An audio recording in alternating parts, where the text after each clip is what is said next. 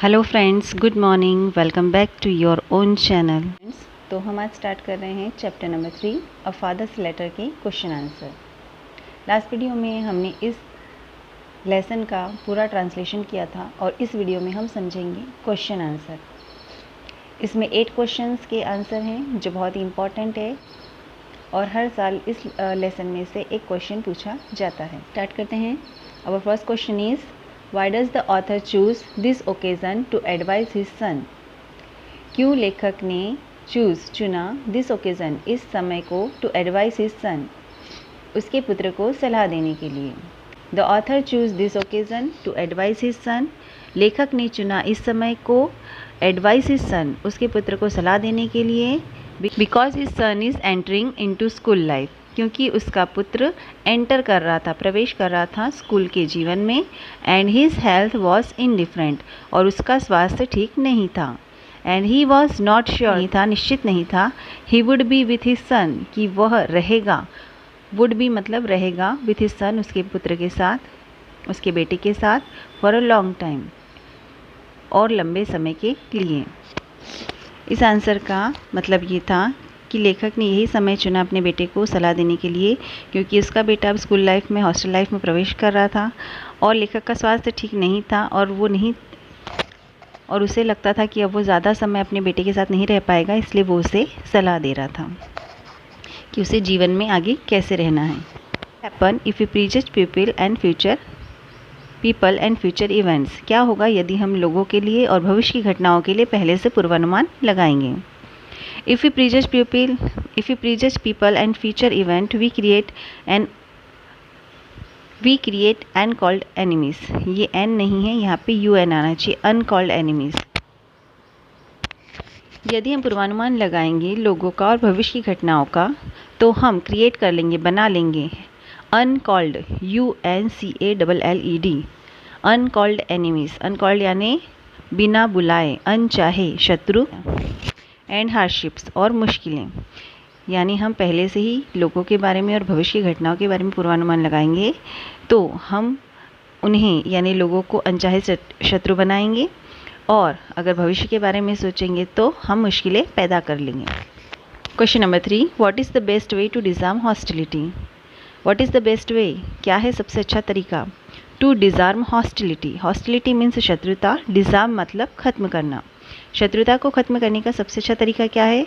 Answer है the best way to disarm hostility is, सबसे अच्छा तरीका शत्रुता को खत्म करने का है not to think ill, ill का मतलब बुरा होता है, ना सोचिए बुरा, ऑफ अदर्स, दूसरों के बारे में, until they try to harm you, until यानी जब तक नहीं, दे ट्राई वे कोशिश करें, टू हार्म यू तुम्हें नुकसान पहुंचाने की, एंड इवन देन और तब भी, यानी जब तक कोई तुम्हें नुकसान पहुंचाने की कोशिश ना करे तब तक उसके बारे में बुरा मत सोचो, एंड इवन और तब भी, यानी अगर वो ऐसा करे तब भी, try to overlook their faults, कोशिश करो ओवरलुक करने की, ओवरलुक यानी अनदेखा करने की, देयर फॉल्ट्स उनकी गलतियों को, एज फॉर एज पॉसिबल जितना संभव हो सके।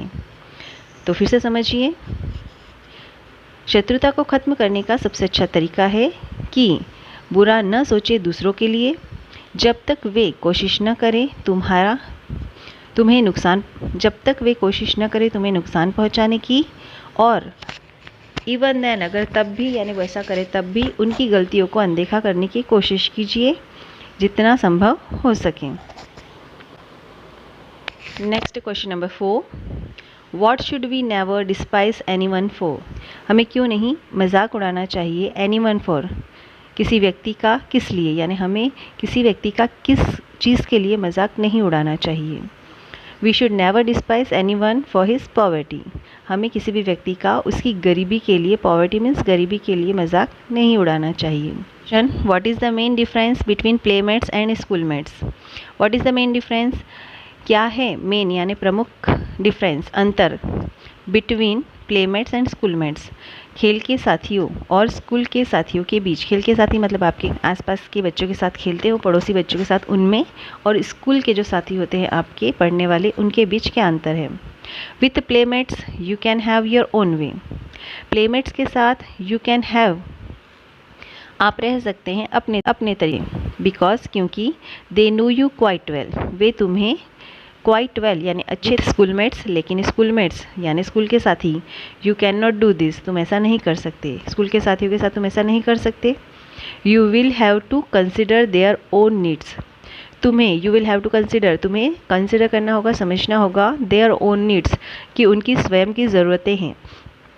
And will have to adjust will them, और तुम्हें एडजस्ट होना होगा उनके साथ, यानी उनकी जो भी ज़रूरतें हैं तुम्हें उनके हिसाब से अपने आप को एडजस्ट करना होगा, तालमेल बैठाना होगा। इसका मतलब ये हुआ कि अपने घर में जो आपके बचपन के साथी हैं उनके साथ आप किसी भी तरह से रह सकते हैं क्योंकि वो आपको अच्छी तरह जानते हैं, लेकिन स्कूल के साथियों के साथ आप ऐसा नहीं कर सकते। उनकी खुद की जो ज़रूरत है उनके हिसाब से आपको उनके साथ तालमेल बैठाना होगा। What according to the author does contempt imply, what according to the author, लेखक के अनुसार क्या है कंटेम्प्ट इम्प्ली। कंटेम्प्ट मतलब तिरस्कार और इम्प्ली मतलब संकेत। तिरस्कार का संकेत लेखक के अनुसार क्या है? According to the author contempt implies, लेखक के अनुसार तिरस्कार संकेत है अ ट्रियम्फ ओवर, एक जीत मनाने का, एंड प्लेजर और खुश होने का, in the Fehling's and misfortune on off others, दूसरों के फेलिंग्स, फेल मतलब असफल होना, तो दूसरों की असफलता और मिसफॉर्चून दुर्भाग्य में अपने आप की जीत समझना और उसमें खुश होना, यही तिरस्कार का सबसे बड़ा संकेत है। क्वेश्चन नंबर 7, एक्सप्लेन, समझाइए, ट्रू इक्वालिटी आएगा। True equality is the only true morality और ट्रू विजडम। समझाइए कि सच्ची इक्वालिटी यानी समानता ही सच्ची मॉरलिटी यानी नैतिकता और सही बुद्धिमानी है। तो आंसर है ट्रू विजडम रिक्वायर्स दैट, सच्ची बुद्धिमानी के, अब हम दोनों अलग अलग मतलब को समझेंगे कि सच्ची बुद्धिमानी, सही बुद्धिमानी क्या है और सही नैतिकता क्या है, फिर देखेंगे कि ये सही समानता है या नहीं। ट्रू विजडम रिक्वायर्स दैट, सही बुद्धिमानी के लिए आवश्यकता है कि everybody should be treated as equal, everybody यानी सभी लोगों को, शुड बी ट्रीटेड समझना चाहिए, एज इक्वल एक समान, हमें सभी लोगों को एक समान समझना चाहिए, इसलिए कि there are no conflicts in society, वहाँ पर समाज में नो कॉन्फ्लिक्ट्स, कोई संघर्ष न हो। तो हम जब सबको एक जैसा एक बराबर समझेंगे तो कोई मतभेद नहीं होगा, लड़ाई नहीं होगी। And resulting in peace and prosperity, और परिणाम होगा पीस यानी शांति और प्रॉस्पेरिटी मतलब समृद्धि। अगर हम हमारे देश के सभी लोगों को बराबर समझेंगे तो हमारे बीच लड़ाइयाँ नहीं होंगी और हमारे देश में शांति रहेगी और समृद्धि आएगी। अकॉर्डिंग टू ट्रू मॉरलिटी, सही नैतिकता के अनुसार, नैतिकता मतलब जो समाज के लिए नियम बने हैं उसे कहते हैं नैतिकता। तो सही नैतिकता के अनुसार why should there be discrimination, क्यों होता है भेदभाव। डिस्क्रिमिनेशन मीन्स भेदभाव।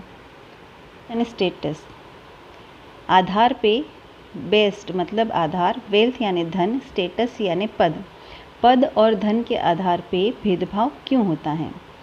When everybody is burn equal, जब सभी लोग समान तरीके से पैदा होते हैं, यानी सब जो भी व्यक्ति पैदा होता है वो एक समान तरीका होता है, तो फिर धन और स्टेटस जब उनके पास आ जाता है तो भेदभाव क्यों होता है। ये है सही नैतिकता। Thus it can be said that, इसीलिए ऐसा कहा गया है कि, या कहा जाता है कि true equality is the only true morality and true wisdom, सच्ची समानता ही सच्ची नैतिकता और सच्ची बुद्धिमानी है। मतलब ये कि अगर हमें सबको समान समझना है, समानता इक्वालिटी लानी है, तो हमें सच्ची बुद्धिमानी और सही नैतिकता का यूज़ कर। Question number 8, how does school life prepare a child to face the outside world. How means कैसे, स्कूल लाइफ प्रिपेयर, स्कूल का जीवन तैयार करता है अ चाइल्ड एक बच्चे को, to face the outside world सामना करने के लिए, टू फेस मीन्स सामना करने के लिए, द आउटसाइड वर्ल्ड बाहरी दुनिया से। मतलब ये हुआ कि कैसे स्कूल का जीवन एक बच्चे को तैयार करता है बाहरी दुनिया का सामना करने के लिए। आंसर है in the school life you are one amongst equals, in the school life, यानी स्कूल लाइफ में, स्कूल के समय में, यू आर, तुम रहते हो, वन अमंगस्ट इक्वल, दूसरों के बीच उनके ही समान, and so will have to face lots of problems, यानी तुम स्कूल लाइफ में दूसरों के समान ही एक बच्चे हो, दूसरों के ही बराबरी के हो, और इसीलिए will have to face lots of problems, तुम्हें सामना करना पड़ता है कई सारी प्रॉब्लम्स का, समस्याओं का, एंड डिफ़िकल्टीज़ और कठिनाइयों का, and to adjust yourself, और वहाँ पे तुम्हें अपने आप को एडजस्ट करना होगा अकॉर्डिंगली, उनके अनुसार, यानी जो दूसरे लोग स्कूल में पढ़ते हैं, दूसरे बच्चे पढ़ते हैं, उन्हीं की तरह तुम्हें भी प्रॉब्लम्स आएंगी, डिफ़िकल्टीज आएंगी, और तुम्हें उन्हीं के अनुसार अपने आप को एडजस्ट भी करना होगा।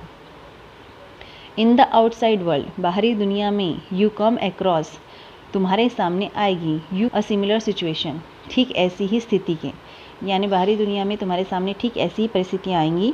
So it prepare you for life, तो इसलिए यह तुम्हें तैयार करता है जीवन के लिए। इसलिए स्कूल का जीवन तुम्हें बाहरी दुनिया के जीवन के लिए तैयार करता है।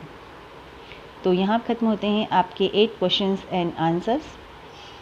हम मिलेंगे नेक्स्ट वीडियो में एक नए लेसन के साथ। Goodbye and have a nice day.